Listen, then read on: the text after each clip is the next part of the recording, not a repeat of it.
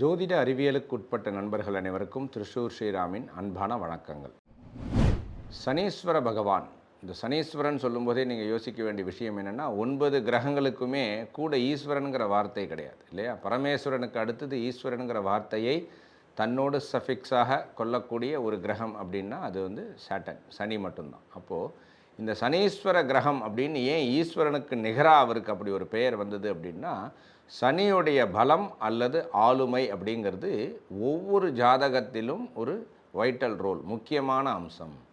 So அப்போ எல்லா ஜாதகர்களுக்குமே சனியோடைய placement அப்படிங்கிறதோ அல்லது சனியோடைய சப்போர்ட் அப்படிங்கிறதோ வாழ்நாளில் பிறப்பு முதல் இறப்பு வரை தேவை இல்லையா? மற்ற கிரகங்கள்லாம் பார்த்திங்கன்னா ஒரு சூழ்நிலைக்கு, சந்தர்ப்பங்களுக்கு, நம்மளுடைய அடிப்படை பிளெஸ்ஸிங்ஸ்னு சொல்லக்கூடிய அந்த கொடுப்பினை பலன்களுக்கு அல்லது தசாபுக்தி மூலம் கூடக்கூடிய நகர்வுகளுக்கு அல்லது கோச்சாரத்தில் இருக்கக்கூடிய அந்த பார்வைகளுக்குன்னு வேறு டைமென்ஷனில் வேறு காலகட்டத்தில் கொஞ்ச நாள் இருக்கக்கூடிய விஷயமாக இருந்தாலும், பிறப்பு முதல் இறப்பு வரை கோலோச்சி இருக்கக்கூடிய இந்த ஆயுள் காரகனான சனீஸ்வரன் அப்படிங்கிறது ரொம்ப வைட்டல். அப்போது இந்த சனீஸ்வர பகவானை எவ்வாறு வழிபடுவது, எப்படி நம்ம அதை ரிலேட் பண்ணிக்கிறது, நம்மளோட வாழ்க்கையில் நம்மளுடைய ஜாதகத்தை மேற்கொண்டு ப்ரமோட் பண்ணுறதுக்கு எந்த அளவுக்கு யூஸ் பண்ணிக்கலாம் அப்படிங்கிறத சயின்டிஃபிக்கலாகவும் ஆன்மீக ரீதியாகவும் நம்ம பார்க்கணும்.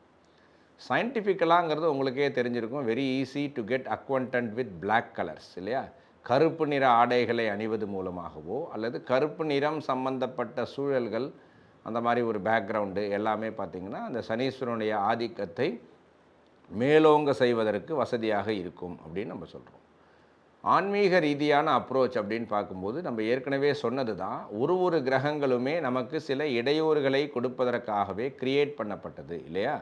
டைரெக்டாக சுவாமி மேலே நம்பிக்கை வச்சு எல்லாமே சுவாமி தான் நம்பக்கூடியவங்களுக்கு பார்த்திங்கன்னா இந்த problem cannot be given by the God directly. அதுக்கான ஒரு மோட் அல்லது மீடியம் அல்லது டூல் தான் இந்த நவகிரகங்கள்னு ஆன்மீக பார்வையில் சொல்கிறோம். அதாவது பிரச்சனைகளை கிரகங்கள் கொடுக்கும்னும் அதை சுவாமி தீர்த்து வைப்பார் அப்படிங்கிறதும் ஆன்மீக ரீதியாக சொல்கிறோம்.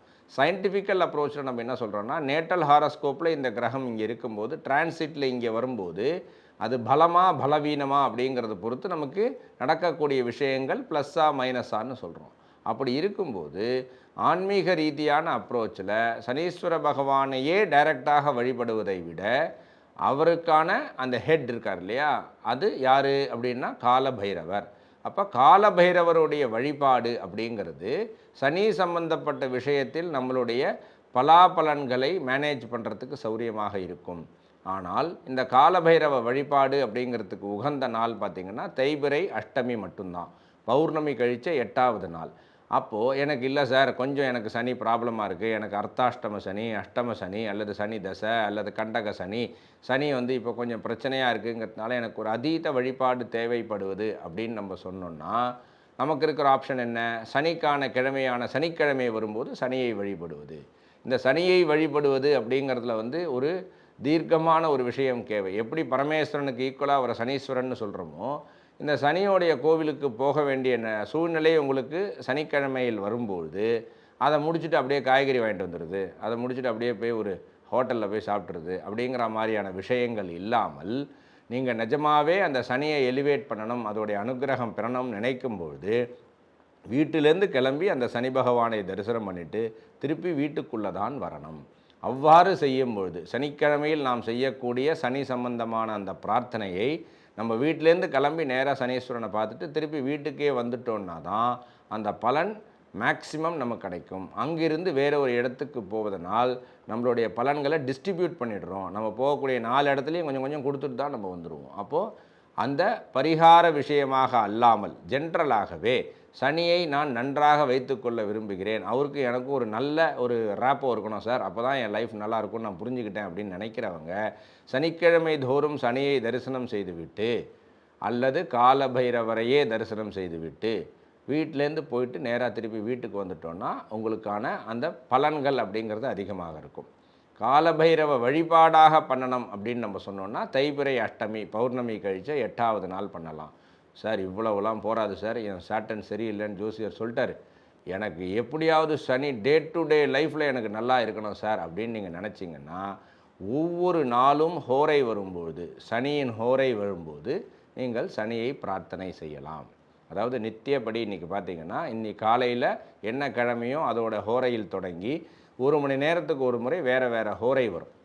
இந்த ஹோரை விஷயங்கள் பஞ்சாங்கம் மட்டும் இல்லை, கேலண்டர்லேயும் போட்டிருக்கு. இன்றைக்கி கூகுள் பார்த்தாலே நமக்கு தெரிஞ்சிடும். அப்போது தினம் தினம் எனக்கு சனியுடைய அனுகிரகம் நல்லா இருக்கணும், எனக்கும் அவருக்கும் ரேப்போ நல்லா இருக்கணும்னு நினச்சிங்கன்னா சனியுடைய ஹோரை அன்றன்ற கிழமையில் வரக்கூடிய சனி ஹோரையில் போய் நீங்கள் தரிசனம் செய்யலாம்.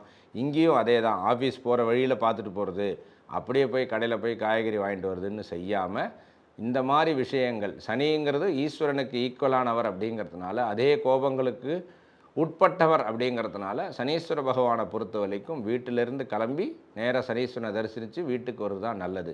மீண்டும் ஒரு மாதிரி உங்களுக்கு சிம்பிளிஃபை பண்ணி சொல்கிறேன். சனியுடைய ஹெட்டான பைரவரை தைபிரை அஷ்டமி 8வது நாள், அதாவது பௌர்ணமி கழித்து 8வது நாள் வரக்கூடிய தைபிரை அஷ்டமியில் பைரவரை வழிபட்டு செய்து கொள்ளலாம். இது மாதத்துக்கு ஒரு நாள் பண்ணுறதா இருந்தால். இல்லை சார், நான் ஓரளவுக்கு இன்டாக்டாக வச்சுக்கணும்னு நினைக்கிறேன் அப்படின்னா சனிக்கிழமை தோறும் சனியை வழிபட வேண்டும். அல்லது டே டு டே லைஃப்லேயே எனக்கு இப்போ அர்த்தாஷ்டம சனி அஷ்டம சனி போன்ற அந்த விபரீதங்கள் இருக்கிறதுனால எனக்கு டே டு டேவே வேணும் சார் அப்படிங்கிறவங்க அன்றைய நாட்களில் இருக்கக்கூடிய சனியின் ஹோரையில் சனியை வழிபடலாம். பட் எவ்வாறு இந்த விஷயம் இருந்தாலும் அது மாதந்தோறுமாகவோ அல்லது வாராவாரமாகவோ அல்லது டெய்லியும் பண்ணுற மாதிரி சூழ்நிலை நீங்கள் எது பண்ணினாலுமே உங்களுடைய வீட்டிலிருந்து கிளம்பி சனியை தரிசனம் செய்துவிட்டு அந்த சனீஸ்வரன் அருளோடு திருப்பி வீட்டுக்கு வர்றது அப்படிங்கிறது தான் உத்தமம். அதோட வேற ஒரு வேலையை கனெக்ட் பண்ணினால் அந்த சனீஸ்வரனுடைய அந்த பிரதிபலன்கள் பூரணமாக கிடைப்பது அப்படிங்கிறது கஷ்டம். இப்படி ஒரு யூனிக்னஸ் அவருக்கு இருக்குது இல்லையா? நீங்கள் யோசிச்சு பாருங்களேன். சந்திரன் 2.25 நாளில் தொடங்கி சூரியன் 30 நாள் ஆகி அந்த புதன் சுக்கிரன் போன்ற கிரகங்கள் 35-40 நாளில் நவரக்கூடிய காலகட்டத்தில் 1.5 வருஷத்தில் ராகு, 1 வருஷத்தில் குருன்னெலாம் இருந்தாலும் தீர்க்கமாக ஒரு கிரகத்திலேருந்து இன்னொரு கிரகத்துக்கு நவர்வதற்கே 2.5 வருஷம் எடுத்துக்கிறார் சனின்னா அவர் எவ்வளோ டெப்த்தாக ஒரு ஜாதகத்துலேயும் இருக்கார் பாருங்கள். ஸோ இந்த நட்சத்திரம் அந்த நட்சத்திரம், இந்த ராசி அந்த ராசின்னு இல்லாமல் அனைவருக்குமே பொதுவாகவே தேவைப்படுற அந்த சனீஸ்வரனுடைய அனுகிரகமும் கிருபையும் இவ்வாறான முறையில் வழிபட்டு நீங்கள் பெறுவீர்கள் என்று நம்புகிறேன். நன்றி, வணக்கம். ராம் ராம். ஆதித்யாய ச சோமாய மங்களாய புதாய ச குரு சுக்ர சனிப்யஸ்ச ராகவே கேதவே நமः.